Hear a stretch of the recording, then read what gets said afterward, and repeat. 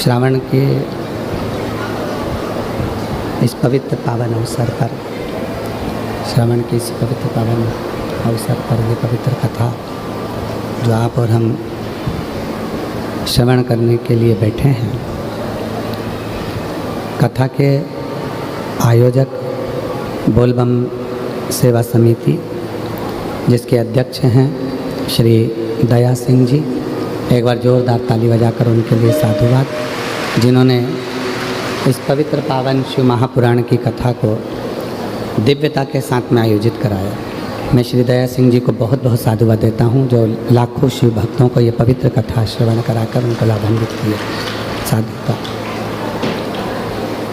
मुख्य यजमान, कथा के मुख्य यजमान श्रीमान सिंह जी, श्रीमती टीना सिंह जी, श्री रमेश सिंह जी, श्री लाखन सिंह जी, निर्मला सिंह जी, निर्मल सिंह जी, विश्वनाथ सिंह जी।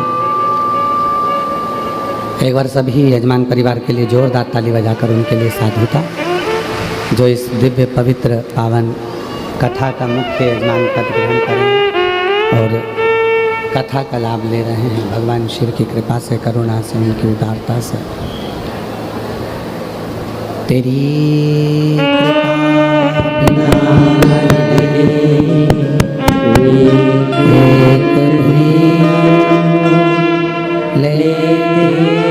श्वास तेरी कृपा से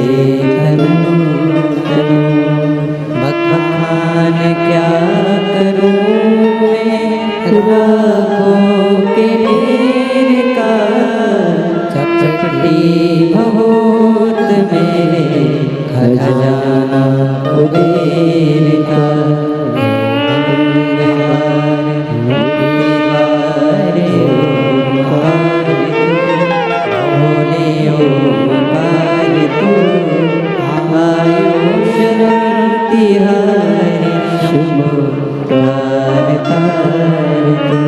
शिव करुणा सागर, कृपा सागर, दया सागर और शिव जो करुणा की मूर्ति है, दया की मूर्ति है, वो नित्य ही दया करने वाली, करुणा करने वाली।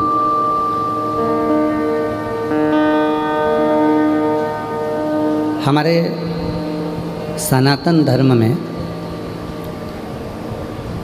एक बात आती है,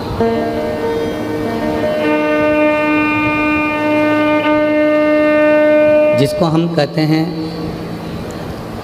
शिव जी का एक नाम है करुणेश्वर महादेव।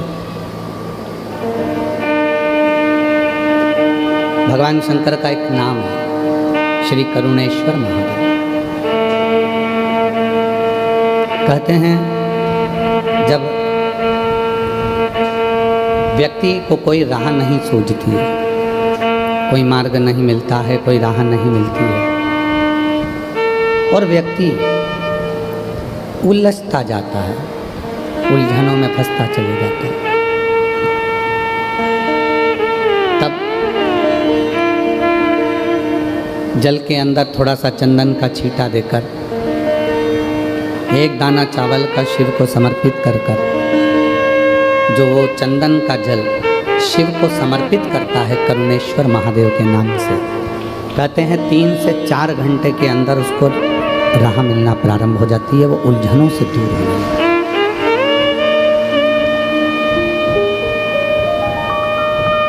क्यों? क्योंकि उसका नाम ही करुणा सागर।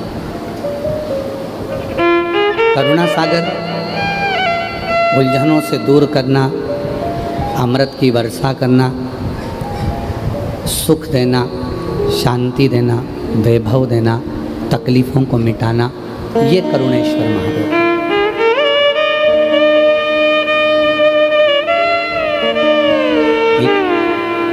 कृपा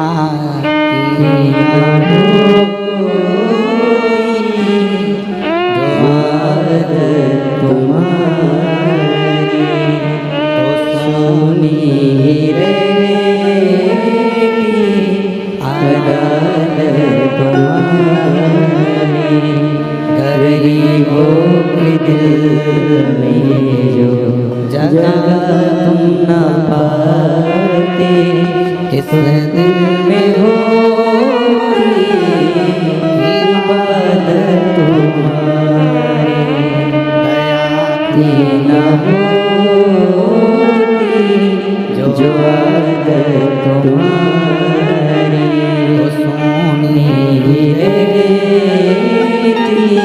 आदत तुम्हारी। एक करुणेश्वर महादेव का नाम लेकर मात्र चंदन का जल भी हम शिव को समर्पित करते हैं तो वो जल भी अमृत बन जाता है, हमें उलझनों से मुक्त करता है, हमें तकलीफ़ों से मुक्त करता है, हमें कष्टों से मुक्त करता है।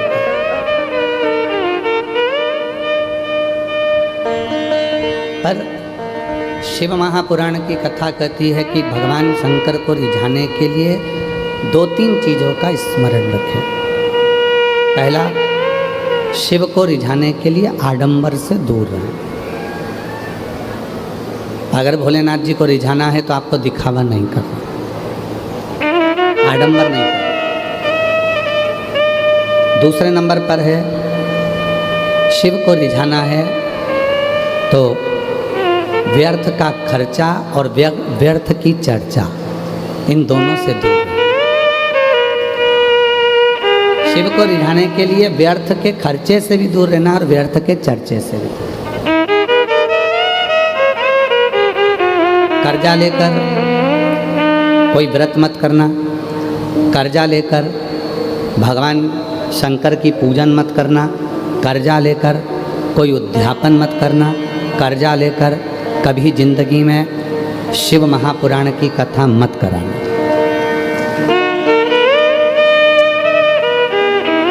कर्जा लेकर ना तो शिव पुराण की कथा कराइए, ना शिव पूजन करिए, ना साधना। कितना सुंदर कहा है। शिव महापुराण की कथा कहती है, भगवान शंकर का चरित्र कहता है, शिव तत्व कहता है, शिव पुराण कहता है। ध्यान से सुनना। तुम्हारी पूजन की थाली लेकर तुम शिव जी के मंदिर में गए हो,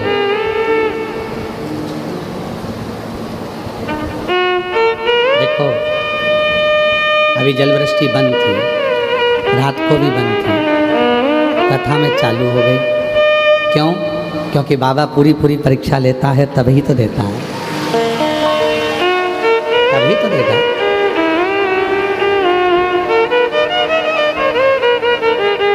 जिस पानी के लिए कई प्रदेश तरस रहे हैं, मेरे भोले बाबा ने ऐसी कृपा करी है कि जिस दिन 17 तारीख से कथा चालू हुई है, आज 23 तारीख तक एक दिन भी ऐसा नहीं गया जिस दिन बाबा ने पानी ना बरसाया। कथा रोज पानी गिरा प्रतिदिन, और प्रतिदिन बाबा की कथा चली।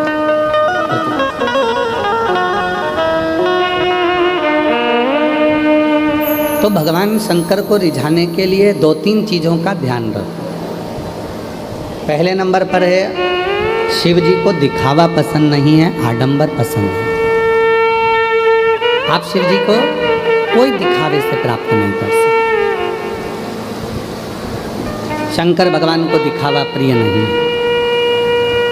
और दूसरे नंबर पर है, शिव की पूजन में, शंकर भगवान के व्रत में, शिव की साधना में, शिव के उद्यापन में, या शिव महापुराण के लिए कर्जा लेकर कभी शिव पुराण की कथा मत करवाओ, कभी उद्यापन मत करो, कभी अनुष्ठान मत करो।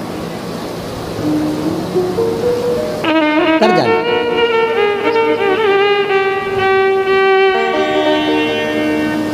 जिस दिन मेरा उघड़दानी पंडाल में बैठकर कथा सुनो, जिस दिन मेरे भोले बाबा कृपा कर दें, तुम्हारी झोली इतनी धन से भर दें, तुम्हारी इतनी संपदा दे दें, तो बस उसी दिन सोच लेना कि मुझे कथा कराना। कर्जा लेकर नहीं, भैया देना जरा, मेरे को कथा करा रहा हूँ। किसकी कथा करा रहे हो? सीहोर वाले बाबा की कथा। हो देव जरा भाई, 25 लाख रुपए कर्जे में दे दे, मेरे को कथा कराना है। कौन ने बोला कि कर्जा कर कर कथा करो? और कौन बोलता है कि कर्जा लेकर कथा करो? ना। जिस दिन मेरा डमरू वाला, जिसका नाम कुबेरेश्वर महादेव है, जिस दिन वो तुम्हारी झोली कुबेर के भंडारे से भर दे, उस दिन तुम कथा करो।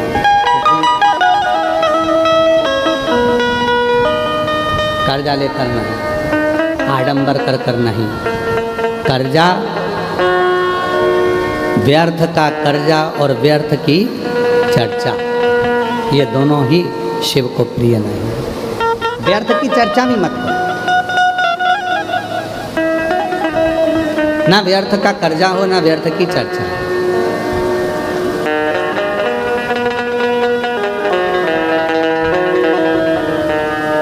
कल दया सिंह जी खड़े हुए थे हमारे अग्रसेन भवन में। हम जब एक व्यक्ति से बात कर रहे थे यजमान वर्ग से, तो दया सिंह जी भी खड़े हुए थे।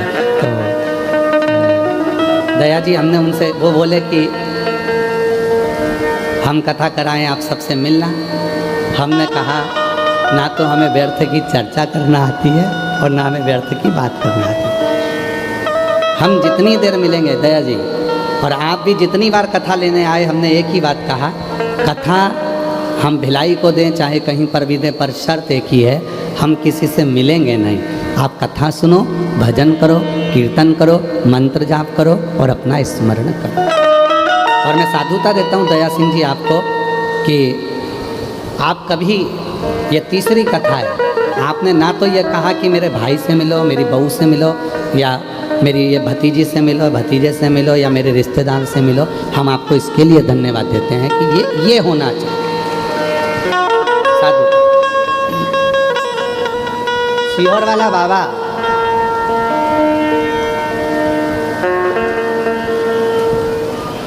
अगर किसी गरीबड़े से नहीं मिल सकता तो सेठ से क्यों मिले? क्यों मिले? तो केवल मेरे ओघड़दानी से, मेरे शिव से। हाँ, हम कथा में आते हैं, उस समय पर अगर कोई मिलने के लिए खड़ा है, बैठा है, तो हम जरूर मिलते हैं। हम कथा से जाते हैं, कोई आकर बैठ गया, खड़ा हो गया, तो हम उसको जरूर हाथ जोड़कर उससे जरूर मिलते हैं। ऐसा नहीं कि हम नहीं मिलते, पर अलग अलग मिलने के लिए 2 दिन है, कथा का 5वां दिन और 6ठा दिन। शाम के समय आधा घंटा, वो भी मन हुआ तो, नहीं हुआ तो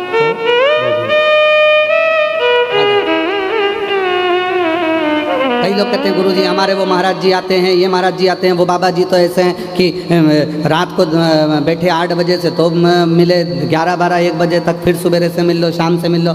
नहीं, हम आपसे कहते हैं सीहोर वाले से मिलने की ललकता मत रखना, डमरू वाले से मिलने की ललकता रखना। शिव से सीहोर वाला बाबा तो आपके जैसा है। आप भी 1 लोटा जल चढ़ाते हो, हम भी चढ़ाते हैं, आप भी भजन करते हो, हम भी भजन करते हैं, आप भी भोजन करते हो, हम भी भोजन करते हैं।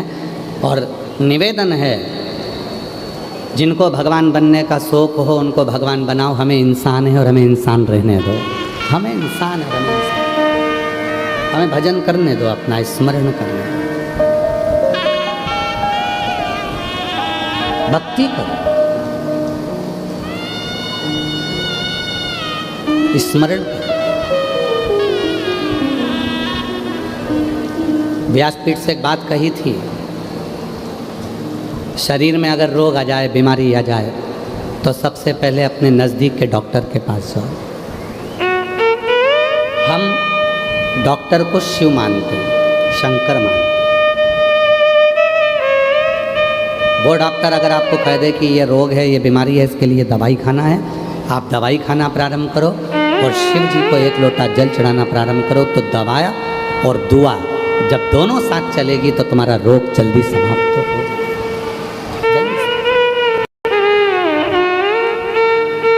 शिव को रिझाने के लिए आडंबर ना करें, शिव को रिझाने के लिए दिखावा ना करें, और शिव को रिझाने के लिए ना तो व्यर्थ का खर्च करें और ना व्यर्थ की चर्चा।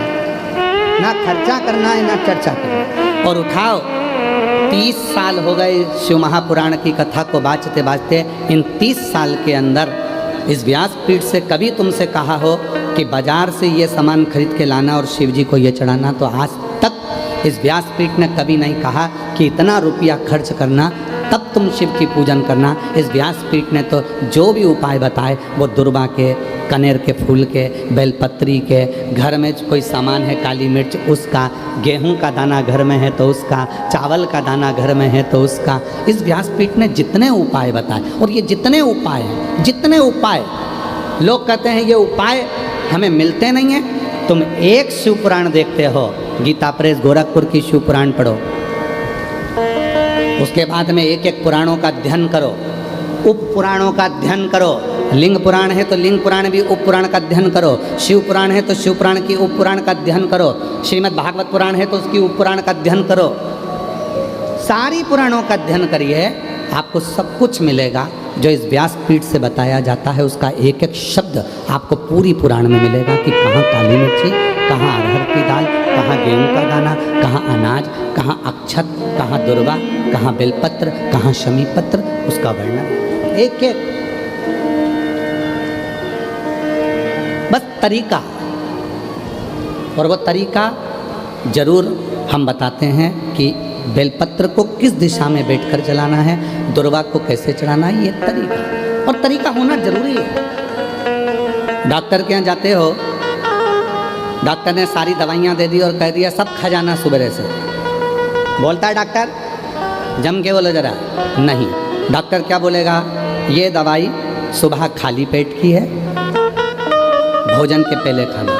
ये दवाई सुबह उठते समय ले लेना, एसिडिटी की है। ये दवाई दूध से लेना, ये दवाई कुनकुने पानी से लेना, ये दवाई रात को सोने के टाइम की, एक ही लेना है, सुबह मत खा लेना। डॉक्टर ने दवाइयाँ दी, सबका तरीका बताया कि कौन सी दवाई कब और कैसे लेना है। उसी तरह शिव महापुराण भी अपना तरीका बताती है कि बेलपत्र चढ़ाते तो तुम्हारी जिंदगी निकल गई, जल चढ़ाते तो तुम्हारी जिंदगी निकल गई, पर शिव पुराण सुनने वालों ने चढ़ाने का तरीका सीख लिया, और जब चढ़ाने का तरीका सीखा तो शिव जी ने झोली भरना चालू किया। जल पहले भी चढ़ाते थे, शिव मंदिर पहले भी जाते थे, शिवरात्रि पहले भी करते थे, सावन पहले भी आता था, शिवरात्रि पहले भी आती थी, पर अब सावन के महत्व को तुम जान गए, अब सोमवार के महत्व को तुम जान गए, अब शिवरात्रि के महत्व को तुम जान गए, पूजन का तरीका तुम जान गए कि गेहूं चढ़ाने से संतान की वृद्धि होती है। कनेर का पुष्प अगर अशोक सुंदरी वाली जगह पर चढ़ाया जाता है तो बच्चे जिद नहीं करते। वही कनेर का पुष्प जब जलाधारी पर, जो पार्वती जी की जगह पर चढ़ाया जाता है, तो नारी के उदर में अगर कोई तकलीफ हो जाती है, बच्चेदानी में कोई तकलीफ हो जाती है, तो वो समाप्त हो जाती है। वही कनेर का पुष्प जब शिवलिंग पर चढ़ाया जाता है तो रोग से मुक्त होता है। ऐसे कनेर के पुष्प को चढ़ाने का तरीका शिव पुराण ने बता दिया, दुर्वा चढ़ाने का तरीका शिव पुराण ने बता दिया कि गणेश भगवान शंकर का जहाँ से जल बहता है उसका राइट स्थान जो होता है पानी बहने वाली जगह, वहाँ दुर्वा को 7 दुर्वा जब हम शिव को समर्पित करते हैं, शंकर भगवान को समर्पित करते हैं, तो चाहे 32 वर्ष की उम्र हो गई हो, चाहे 42 वर्ष की उम्र हो गई हो, शादी जरूर होती है। तो ये तरीका शिव पुराण ने बताया, जिसको आप लोगों ने स्वीकार किया। पूर्व की सारी कथाओं में केवल तरीके बताए, कैसे रिचा, कैसे।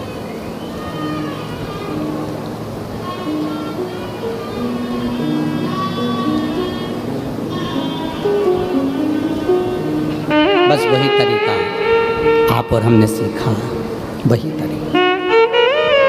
आज जो ये लाखों की भीड़ रात को 11 बजे से लेकर 10 बजे रात्रि से जो भीड़ बढ़ना प्रारंभ हुई है, तो बता रहे हैं कि पूरे रोडों पर छाता लगा लगा कर भक्त बैठे हुए,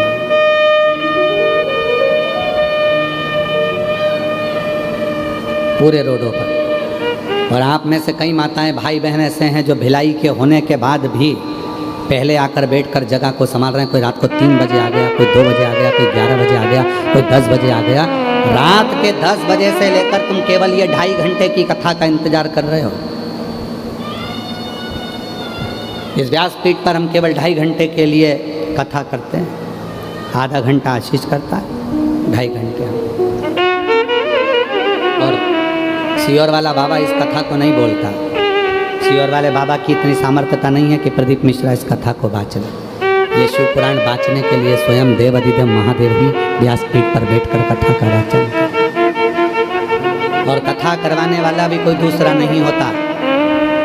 अगर बोलबम समिति को दया सिंह जी को भोलेनाथ जी ने आगे रखा है तो बाबा ने स्वयं शिव के रूप में किसी न किसी रूप में आकर दया सिंह जी पर कृपा कर कर कि भाई ये शिव पुराण तुम्हें सावन के महीने में कराना है, बोलबम समिति को कराना। ये शिव की कृपा से शिव किसी रूप में आकर इनके ऊपर करुणा कर देते हैं और कहते हैं कि ये कथा करा। और कथा सुनने वाले आप नहीं हो। जितने शिव भक्त छाता लगा कर बैठे हैं, जितने शिव भक्त रोडों पर बैठे हैं, कीचड़ में बैठे हैं, पेड़ों पर टंगे हुए हैं, वृक्षों के ऊपर बैठे हुए हैं, कोई कहीं कहीं बैठे हुए हैं, पंडाल में बैठे हैं, चैनल के माध्यम से आस्था चैनल पर कथा सुन रहे हैं, फेसबुक यूट्यूब पर कथा सुन रहे हैं, जितने भी कथा सुन रहे हो, कथा आप नहीं सुन रहे। आपका कोई पुराना रिश्ता मेरे भोलेनाथ जी से है, जो भोले बाबा आपको बुलाकर कथा श्रवण करा रहे हैं।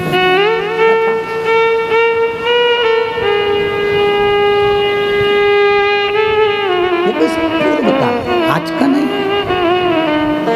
कोई पिछले जन्म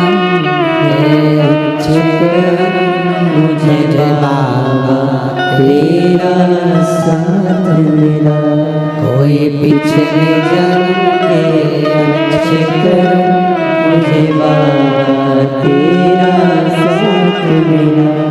जहाँ सारी दुनिया झुकती है, जहाँ सारी दुनिया झुकती है, मुझे वो वाली दरबार मिला, दरबार मिला। कोई पिछले जन्म के अच्छे कर्म मुझे बाबा तेरा साथ मिला। कोई पूर्व के जन्म का सुख हो। एक कथा कह दें, अगर आप लोग श्रवण करेंगे और अपने जीवन में उतारे तो एक बड़ी सुंदर कथा। लोग कहते हैं सियोर वाला बाबा या ये बाबा या वो बाबा। बाबा नहीं, ये व्यासपीठ करती है, शिव करता है, इंसान नहीं। एक गांव में एक सेठ जी रहते थे, पन्नालाल सेठ। क्या नाम था? जम के बोलो। पन्नालाल सेठ। निकलते थे तो लोग उनको नमस्कार करते थे, प्रणाम करते थे। पन्नालाल सेठ जी प्रणाम, नमस्कार, नमन, नमस्ते, पूछते करते।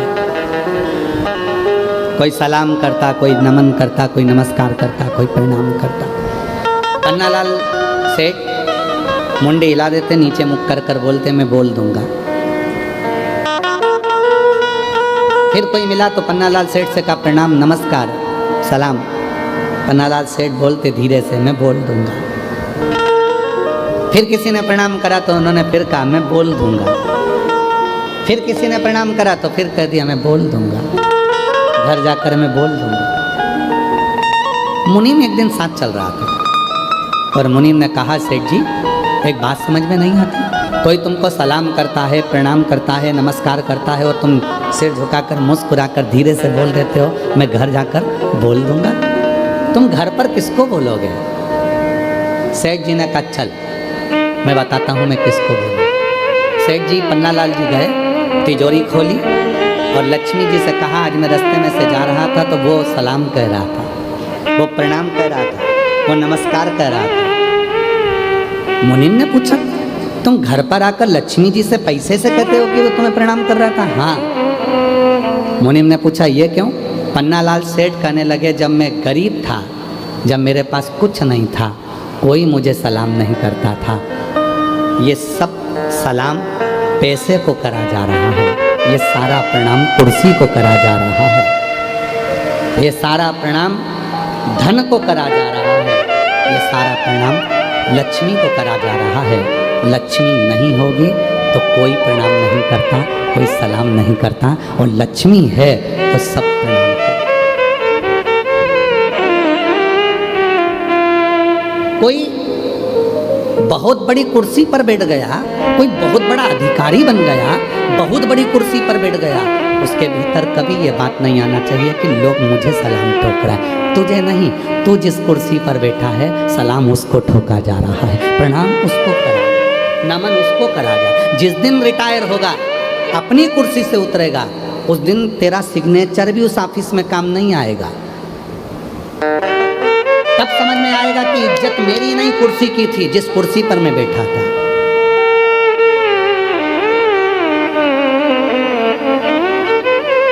कुर्सी की इज्जत नहीं है, इज्जत तुम्हारी नहीं, इज्जत उस कुर्सी की है जिस कुर्सी पर तुम बैठे हो, जिस कुर्सी पर तुम्हें बिठाया। पन्नालाल सेठ कहते हैं मुनीम से, जब मेरे पास धन नहीं था तो लोग मुझे पन्नू पन्नू कहते थे। है पन्नू इधर आ, है पन्नू उधर आ। और जैसे ही मेरे पास धन बढ़ा तो लोग सलाम भी ठोकते हैं, प्रणाम भी करते हैं, नमस्कार भी करते हैं। ये प्रणाम इसलिए पन्नालाल सेठ कहते हैं धीरे से सिर झुकाकर मैं घर जाके बोल दूंगा, मैं घर जाकर बोल दूंगा। मेरी जीजियों, बस ये स्वभाव तुम्हारे अंदर जिस दिन आ जाएगा, समझ लेना कि दुनिया के सबसे बड़े संत, साधु, सन्यासी, तपस्वी और एक श्रेष्ठ व्यक्ति आप बन गए कि लोग हमें नहीं, हमारे वैभव को, हमारी कुर्सी को, हमारे पद को, हमारी प्रतिष्ठा को, हमारे धन को, हमारी दौलत को नमन करते हैं।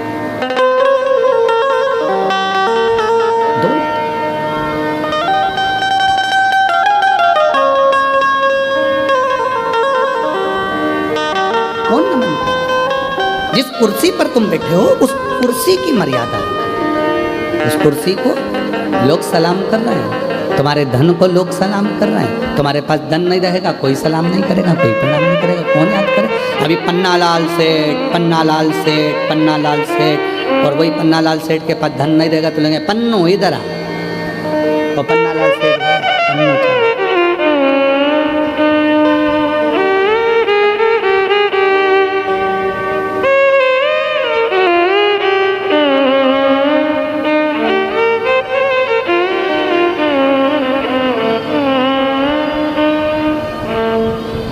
कभी कभी इस कथा को कहते कहते हमको एक गाने की एक लाइन याद आ जाती है, मत कर इतना गुरूर,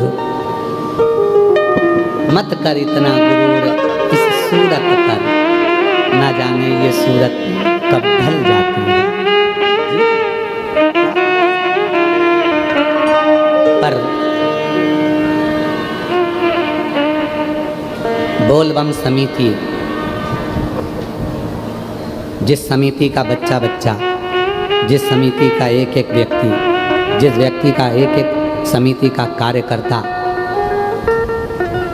आए हुए भक्तों को अपना घर समझता है, आए हुए भक्तों को अपना परिवार समझता है और सेवा में।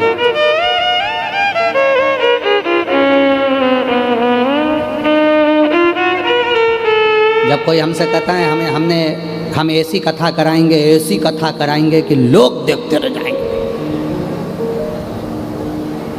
दया सिंह जी साधु था, आपके मुख से कभी ऐसी बात नहीं निकली, कभी भी जिंदगी। ये तीसरी कथा चल रही, पर आपने कभी नहीं कहा कि हम ऐसी कथा करें, कभी नहीं कहा आपने। हम साधुता देते हैं इस चीज़ के लिए, और ये होना चाहिए। एक आप, एक हमारे महाराष्ट्र के भगत हैं वो, एक हमारे हरियाणा वाले बिहान अपने तारा बाबा के कुटिया वाले कांडा जी, वो भी कभी नहीं बोलते। भले ढेरों की संपदा होगी, पर उनके मुख से भी हमने कभी नहीं सुना वो गोविंद गोपाल कांडा की गुरुजी हम ऐसी कथा करेंगे ना। वो एक ही बात बोलते हैं, जैसे आप बोलते हो ना गुरुजी जो महादेव चाहेगा ना सावन के महीने में वही होगा, क्योंकि महीना उनका है, कथा कराने वाले वो हैं और वही आयोजन कराएंगे, तो मैं नहीं हूँ। बस उसी तरह से वो हमारे हरियाणा वाले गोविंद जी कांडा, गोपाल जी कांडा, वो भी एक ही बात बोलते हैं, गुरुजी कथा तारा बाबा कराएंगे, कथा तारकेश्वर महादेव कराएंगे, कथा तारा बाबा कराएंगे। बहुत बहुत साधुता, ये अपना नहीं है, ये सब उसका।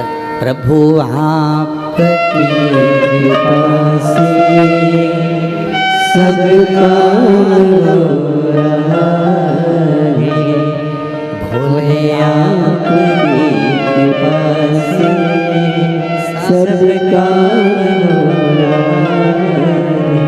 करते हो भोले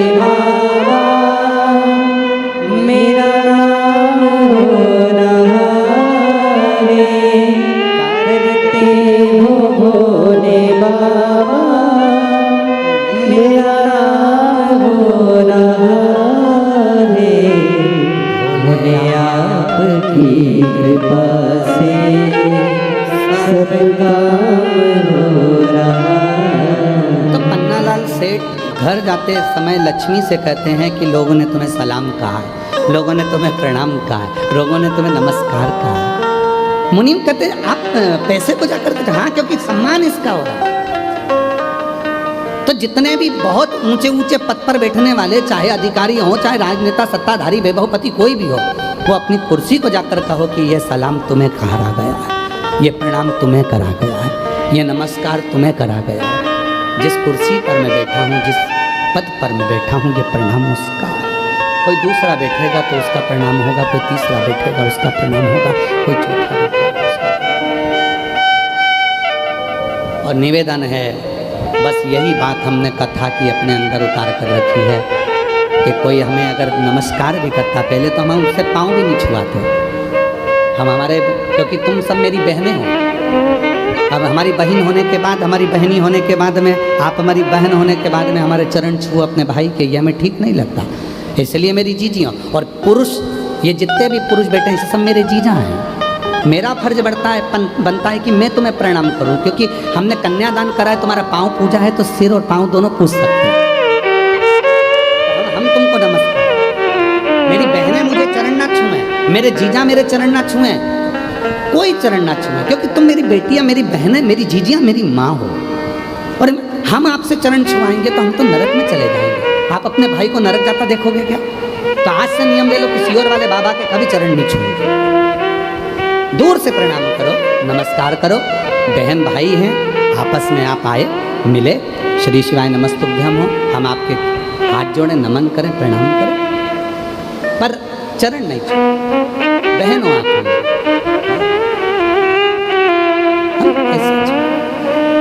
हमारे बीच में शिवरी नारायण वाले महाराज श्री पधारे हैं। एक बार जोरदार ताली बजाकर उनका साथ दिया। प्रत्येक कथा में बड़ा भाव रखते हैं और प्रत्येक कथा में आपका आगमन होता है शिव की कृपा से। बहुत बहुत साधुवाद।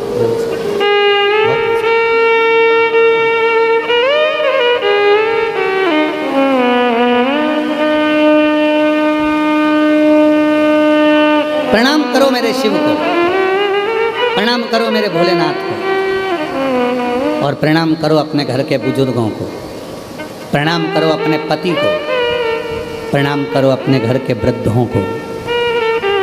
उनको चरण छुओगे, अपने माँ बाप के चरण छुओगे तो सुख मिलेगा, आनंद मिलेगा। जिस प्रदोष की कावड़ पूरा सीहोर, मध्य प्रदेश सीहोर में लोग जिस कावड़ का दर्शन करने के लिए आते हैं, मात्र कावड़ के वो 2 लोटों का दर्शन करने के लिए, उस छड़ी का दर्शन करने के लिए लोग कावड़ भरने के लिए कुबेरेश्वर धाम पहुंचते हैं। अभी 25, आज 23 से कल का दिन बीच में, परसों लोग कावड़ भरने सुबह 9 बजे माँ सीवन के तट से कुबेरेश्वर धाम तक आएंगे, केवल उस कलश का दर्शन करने के लिए और जल भरने के लिए, क्योंकि प्रदोष की कावड़ सीहोर की जो भराती है उसको कामना कावड़ कहा जाता है। भगवान उसकी कामना को पूर्ण करते हैं। इसलिए प्रदोष का दिन था, कावड़ का जल भरने के लिए मैं दानव आ गया, और मैं दानव ने जैसे ही कुएं के अंदर से जल निकाल रहा था, मैं दानव के मस्तक का पसीना उस मेंढक पर पड़ गया। मेंढक पर पड़ते से ही उस कन्या ने अवतार ले लिया। कन्या ने अवतार लिया, वो रोने लगी, तो मैं दानव के कोई बच्चे नहीं थे, उसने उस कन्या को निकाल लिया, अपनी बेटी के रूप में रखा, और उसका नाम मंदोदरी हो गया, जिसका विवाह लंकापति रावण से हुआ। उसका नाम मंदोदरी हो गया। वो मंदोदरी, मैं दानव की पुत्री उस मंदोदरी, आप देखो पूरे चरित्र को उठाकर देखिएगा, पूरी रामचरितमानस को उठाकर देखिएगा, पूरी रामचरितमानस को उठाकर देखिए। मंदोदरी हमेशा अपने पति को समझाती रही, हमेशा हमेशा अपने पति ज्ञान देती रही, लंकापति रावण को समझाती रही, मंदोदरी उपदेश देती रही, समझाती रही। पूरी रामायण को उठाकर देखिए, रावण को हर पल समझाती थी मंदोदरी, क्योंकि मंदोदरी को मालूम है मैं कौन हूँ। कौन? कौन?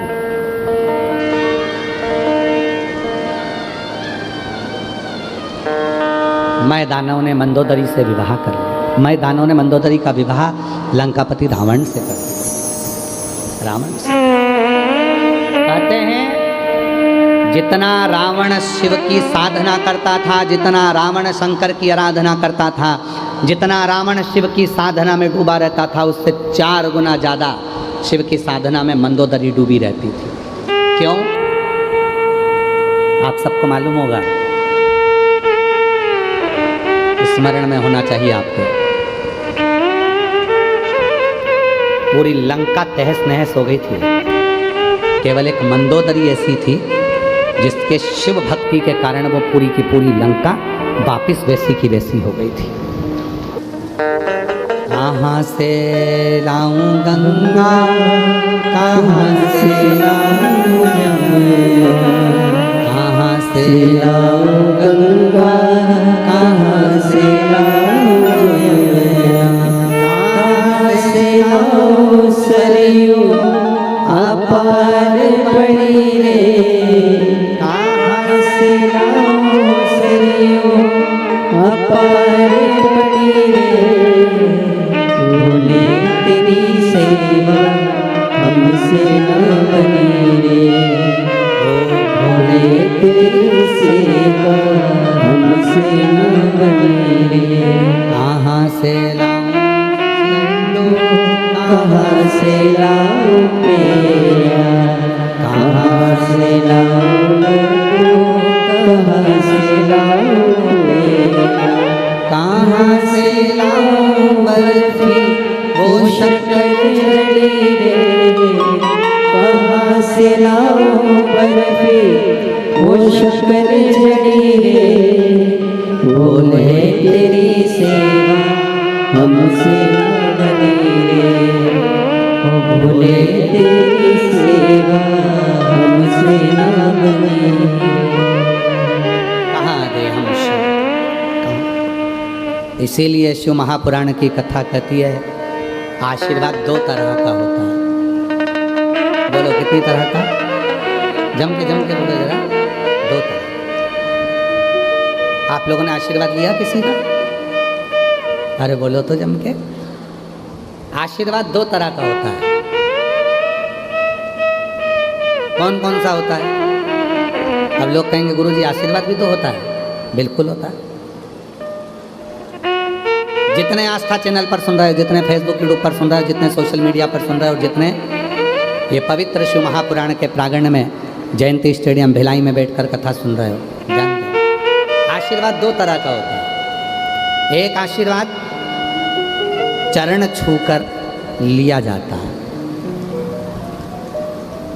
क्या छूकर लिया जाता है? चरण छू। एक आशीर्वाद चरण छूकर लिया जाता है और दूसरा आशीर्वाद दिल छूकर लिया जाता है, किसी के मन को छूकर। मन कब छुएगा? चरण छूना सरल है और चरण छूकर आशीर्वाद लेना सरल है, पर दिल छूकर कोई की तुमने हेल्प कर दी, किसी को कोई सहयोग कर दिया, किसी का कोई कष्ट मिटा दिया, किसी को कोई तकलीफ थी, तुमने उसका साथ दे दिया। जो आशीर्वाद मन से मिलेगा वो तुम्हारी पूरी जिंदगी को तार देगा, पूरे जीवन को तार।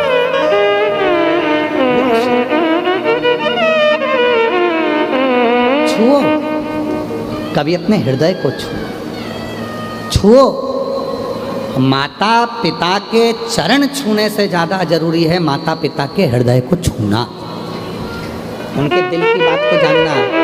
माँ दवाई के लिए तरस रही है, पापा कह रहे हैं कि मुझे ये चाहिए, और तुम चरण छूकर आशीर्वाद तो ले रहे हो पर दिल नहीं छू पा रहे। एक भाई आस लेकर खड़ा हुआ है, वो तुम्हारे चरण छू रहा है, तुम आशीर्वाद भी दे रहे हो, पर उस भाई ने मन में सोचा है कि आज मेरा बड़ा भैया, उसके पास बहुत कुछ है तो मुझे थोड़ी सी हेल्प कर देगा। उसका दिल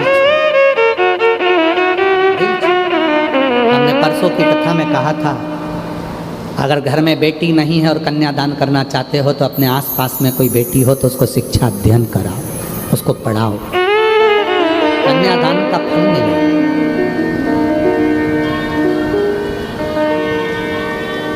आशीर्वाद दो तरह का होता है, एक चरण छूकर लिया जाता है, दूसरा दिल छूकर लिया जाता है। चरण छूकर मिला वो अपनी जगह पर है, पर किसी का दिल तो छू। पराया दर्द जो अपनाए उसे इंसान कहते हैं, किसी के काम जो आए उसे इंसान कहते हैं। ये भारत की संस्कृति का, स्वयं खा लेना सुकृति है, छुड़ा कर खा लेना विकृति है, और बांट कर खाना ये मेरे भारत देश की संस्कृति है। ये मेरे भारत देश की संस्कृति है। जो मिला वो दिया, जो मिला। आप सब कौशल प्रदेश के हो, माँ कौशल्या जी की भूमि से हो, माँ कौशल्या जी के जन्मस्थली से हो। आप सब जानते होंगे कि जब माँ जानकी जी विवाह कर कर आई थी, कौशल्या जी ने एक फल दशरथ जी को दिया था। दशरथ जी ने वो फल सीता जी को दिया था।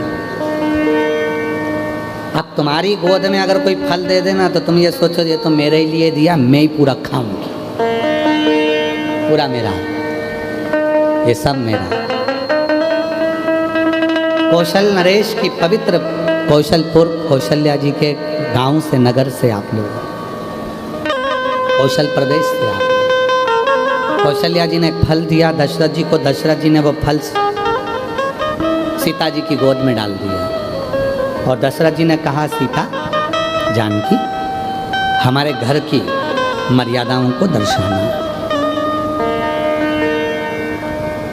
बहू के श्रेष्ठ कर्म को दर्शाना।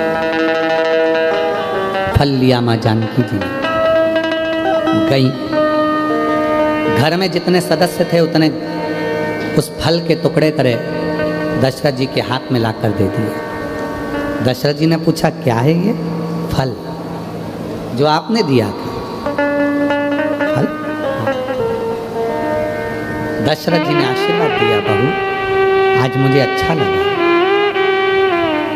इसी को भारत देश की संस्कृति कहते हैं, जो बांट कर खाया। जो फल तुमको दिया था वो फल तुमने बांट कर सबको देने का प्रयास करा, ये श्रेष्ठ है।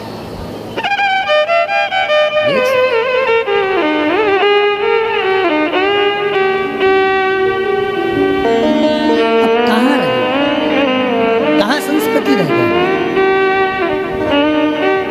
नींद का भी अपना एक दौर है, नींद का अपना एक दौर है।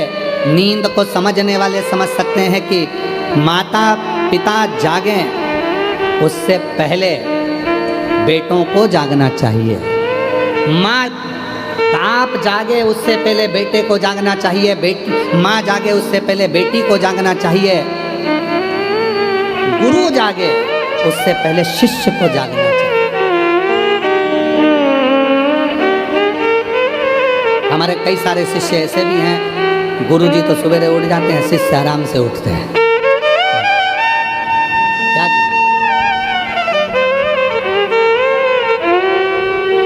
गुरु जागे उससे पहले शिष्य को जागना चाहिए, बाप जागे उससे पहले बेटे को जागना चाहिए, माँ जागे उससे पहले बेटी को जागना चाहिए, और सास ससुर जागे उससे पहले बहू को जागना चाहिए। पर अब नियम दूसरा हो गया, बेटा सोता है बाप जागता है, बेटी सोती है माँ जागती है, शिष्य सोते हैं गुरु जागता है, और बहू सोती है सास ससुर जागते हैं।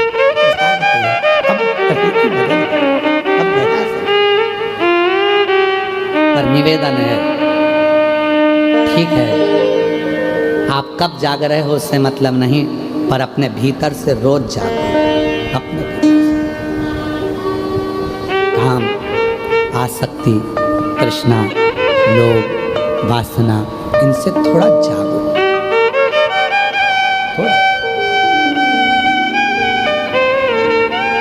और नहीं चाहिए दिल दुखाना किसी का, नहीं चाहिए दिल दुखाना किसी का।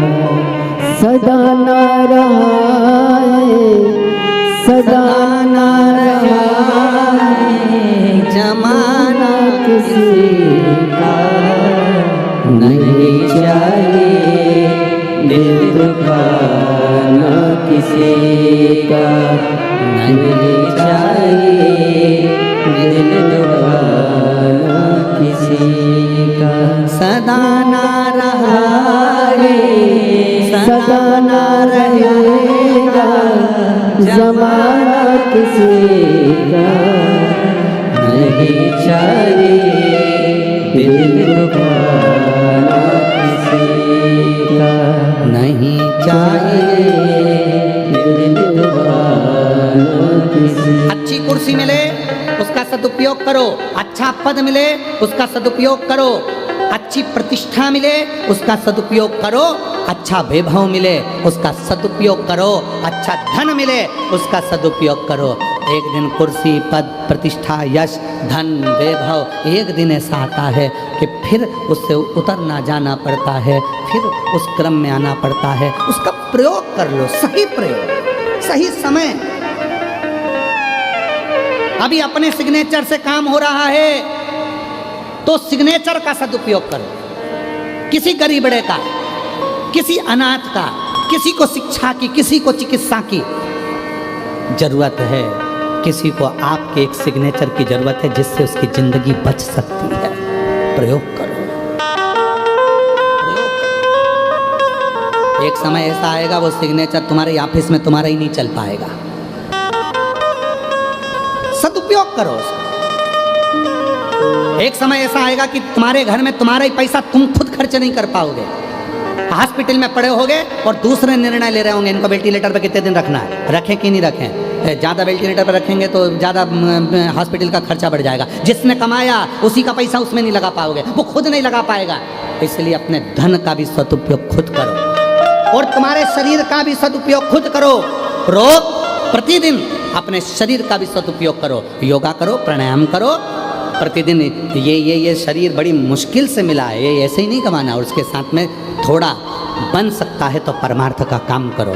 अपने को भगवान ने अच्छी शिक्षा दी है, 4-5 बच्चों को इकट्ठा करो अपने मोहल्ले के, उन बच्चों को शिक्षा अध्ययन कराओ, पढ़ाना सिखाओ। किसी को चिकित्सा की जरूरत है, कोई ले जाने वाला हॉस्पिटल नहीं है, हाथ पकड़कर उसको हॉस्पिटल लेकर जाओ। और फिर निवेदन करेंगे, तुम्हारा बुखार आएगा तो कोई भी हाथ पकड़ लेगा, चक्कर आएगा तो कोई भी हाथ पकड़ लेगा, पर जब समय का बुरा चक्कर आता है तो कोई हाथ पकड़ने वाला नहीं मिलता है।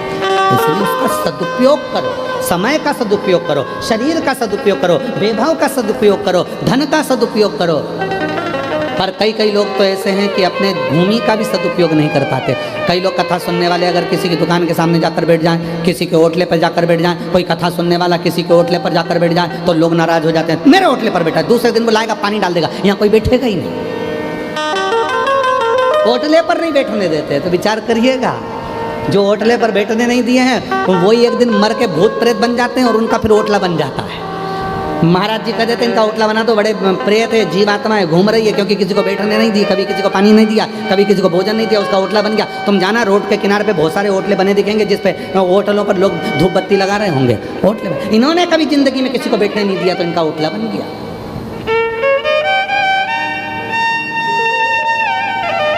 सदुपयोग करो अपने शरीर का। आपको शिक्षा है आपके पास में, पढ़ाओ। जरूरी नहीं कि आप टीचर होगे तो पढ़ाओगे, आप में टैलेंट है।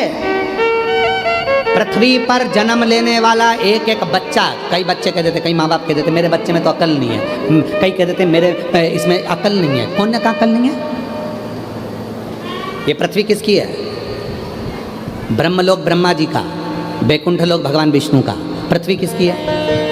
मृत्यु लोक किसका है? जम के बोलो, देव अधिदेव महादेव का। ब्रह्मलोक ब्रह्मा जी का, बैकुंठ लोक भगवान विष्णु का, मृत्यु लोक मेरे शंकर भगवान का है, और ये मृत्यु लोक भगवान शिव का घर है। अब हम आपसे पूछते हैं, उत्तर दीजिएगा, आप में से कितने लोग हैं जो पूरे घर का कचरा अपने कमरे में रखते हैं? उत्तर दो। है कोई? पूरे घर का कचरा जो अपने कमरे में रखता है, पूरे घर का टाला कबाड़ा जो अपने घर में कमरे में रखता है। कमरे में तुम अच्छी क्वालिटी चीज़ रखते हो, अच्छी सीनरी, अच्छा गुलदस्ता, अच्छा बेडरूम, अच्छी बेडशीट, अच्छा सामान, अच्छा पंखा, सब तुम अपने कमरे में रखते हो। तो ये पूरा जो कमरा है, ये पूरी पृथ्वी है, ये मेरे भोलेनाथ का घर है। जब शंकर जी का घर है तो शंकर जी कचरे को अपने यहाँ रखेंगे क्या? पृथ्वी पर जो भी जन्म लेता है सब टैलेंटवान होते हैं, क्योंकि शिव के घर में रह रहा है। बस अपने भीतर के उस टैलेंट को निखारो। जो लड़का कहता है, लड़कियां कहती है हम कभी नीट क्लियर कर सकते हैं, हम सीए बन सकते, क्यों नहीं? किसने कहा नहीं बन सकते? हमसे लोग कहते हैं कि तुम्हारी बुद्धि नहीं है। अरे बहुत है, जितनी है उतनी कम नहीं है। पढ़ो, रात दिन एक करो, खूब पढ़ाई करो, खूब पढ़ाई करो, कौन मना करता? मिलेगा। और नहीं चाहिए किसी का सदा ना रहे, सदा रहे जमाना किसी का नहीं चाहिए, दिल दुखाना किसी का नहीं चाहिए, दिल दुखाना किसी। अपने भीतर से टैलेंट लेकर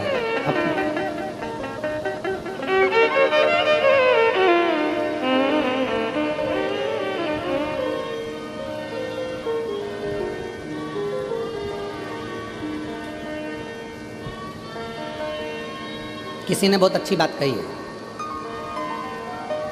जिंदगी में इतने धोखे खाए हैं, जिंदगी में इतने धोखे खाए हैं, अब तो शहद भी उसी से खरीदता हूँ जिसका मुंह सूजा हुआ होता है। मालूम तो पड़े कि मधुमक्खी का शहद लेकर आया है, अब तो शहद भी उसी से खरीदता हूँ जिसका मुंह सूजा हुआ होता है। दिखता है कि शहद असली है, काटा है 2-4 जगह, काटा है। मेरे शिव कथा कहती है, इसलिए शंकर की कथा कहती है। शिवपुराण कह रहे हैं, भगवान देवादिदेव महादेव का चरित्र कह रहे हैं, शंकर जी का पवित्र चरित्र कह रहे हैं।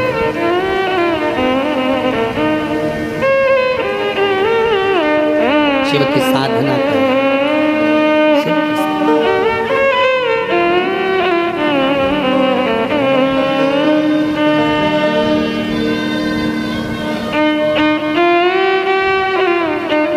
भगवान शिव की साधना, भगवान शंकर का भाव। श्री शिवाय नमस्तुभ्यं, श्री शिवाय नमस्तुभ्यं, श्री शिवाय नमस्तुभ्यं, श्री शिवाय नमस्तुभ्यं। मंदोदरी शिव की साधना कर कर अपने पूरे लंका को वापस बचा लेती है। मंदोदरी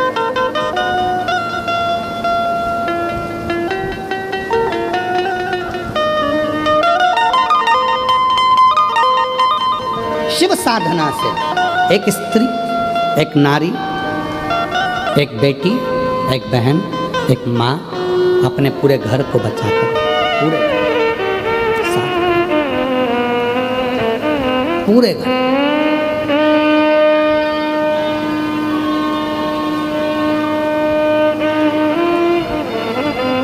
कई जेंट्स लोग कह देते हैं हम दिन भर दुकान पर बैठे रहते हैं, दिन भर काम करते हैं, ऑफिस में रहते हैं, दिन भर नौकरी करते हैं,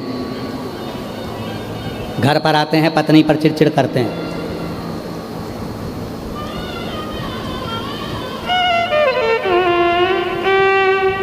तुम वहाँ काम करते हो तो वो भी घर पर काम करती हो।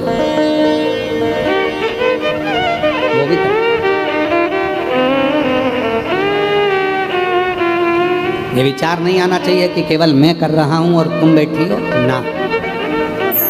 गाड़ी के दो चक्के हैं और दोनों चक्के पर गाड़ी चलती है, दोनों चक्के। कभी ये विचार अपने भीतर मत लाओ अहमता का, मैं कर रहा हूँ, मैं करा रहा हूँ। एक ऋषि हैं जिनके नाम से शिव जी का एक नाम है कफलेश्वर महादेव। ऋषि का नाम है कफलक ऋषि। बाबा जी, ऋषि का नाम कफलक ऋषि। उत्तराखंड की भूमि पर कफलक ऋषि तप करते थे। उनकी 3 धर्म पत्नियां थीं।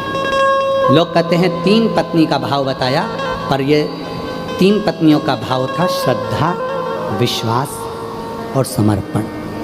लोग कहते हैं पत्नी थी, पर शास्त्र कहता है पत्नी नहीं, श्रद्धा थी, विश्वास था और समर्पण था। ये पत्नियां नहीं, समर्पण।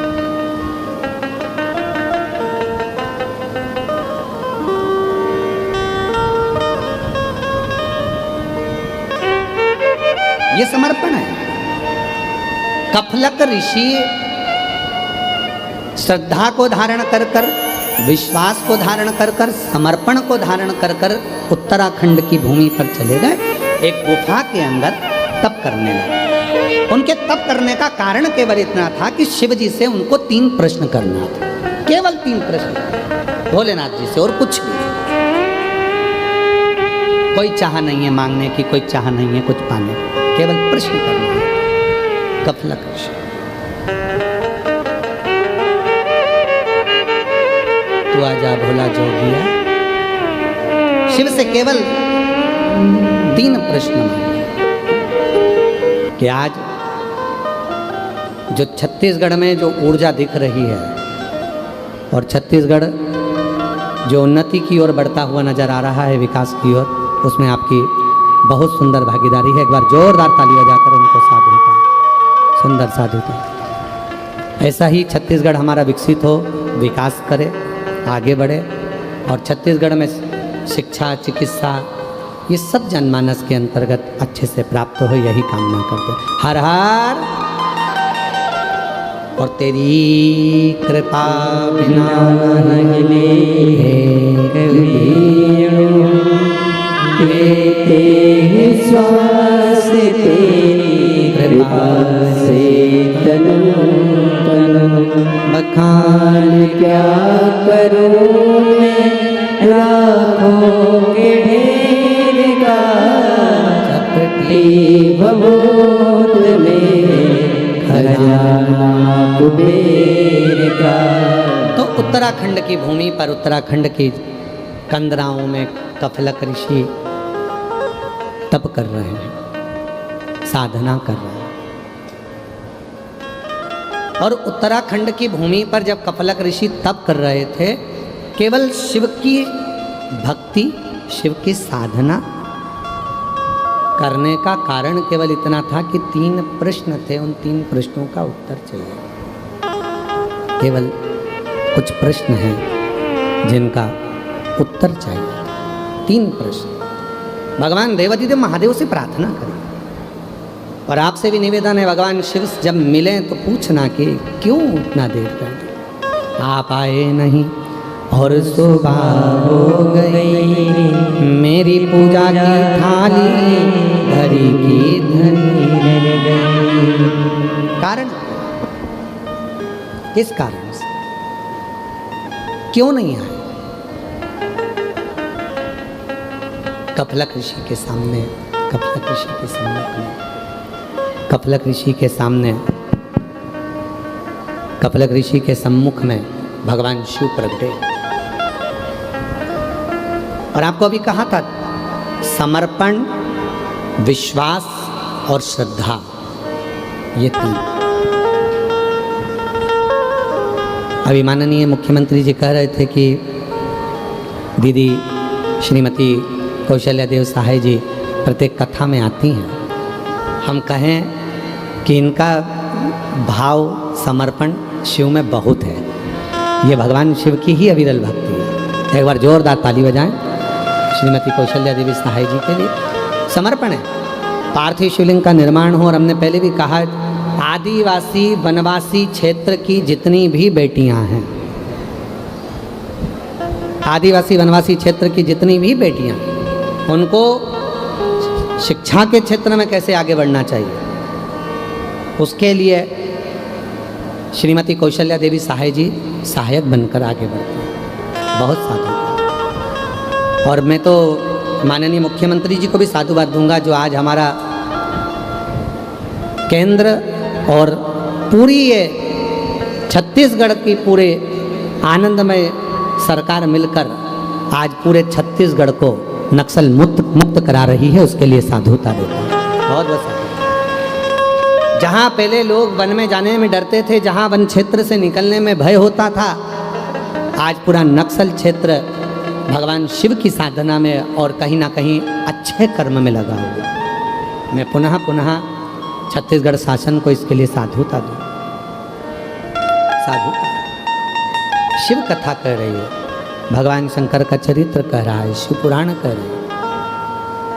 कफलक ऋषि भगवान शिव की साधना करते हैं। साधना में क्या चाहिए? अभी आपको कथा में कहा था कि व्यर्थ का खर्चा और व्यर्थ की चर्चा, ये दोनों ही हमें बर्बाद कर देते हैं। शिव पूजन में ना तो तुम कभी कर्जा लो, शिव पूजन में ना तुम कभी किसी से धन लो। शिव पूजन में यहाँ तक शिव पुराण की कथा कहती है कि शिव के मंदिर में दर्शन करने जाना, भगवान शंकर के मंदिर में अगर पहुँचना, और यदि तुम्हारे पास में कोई धन भी नहीं है तो पड़ोसन से मांगकर या रिश्तेदार से मांगकर 1 रुपया भी समर्पित मत करना। क्यों? अपने बाप के सामने, अपने पिता के सामने हम दूसरे से हाथ फैलाकर यदि मांग कर शिव को देते हैं तो शिव को अच्छा नहीं लगता कि मेरे होते हुए तो दूसरे से मांग रहा। मांगो शिव से, शंकर से। और मांगा है भोलेनाथ से वरदान एक,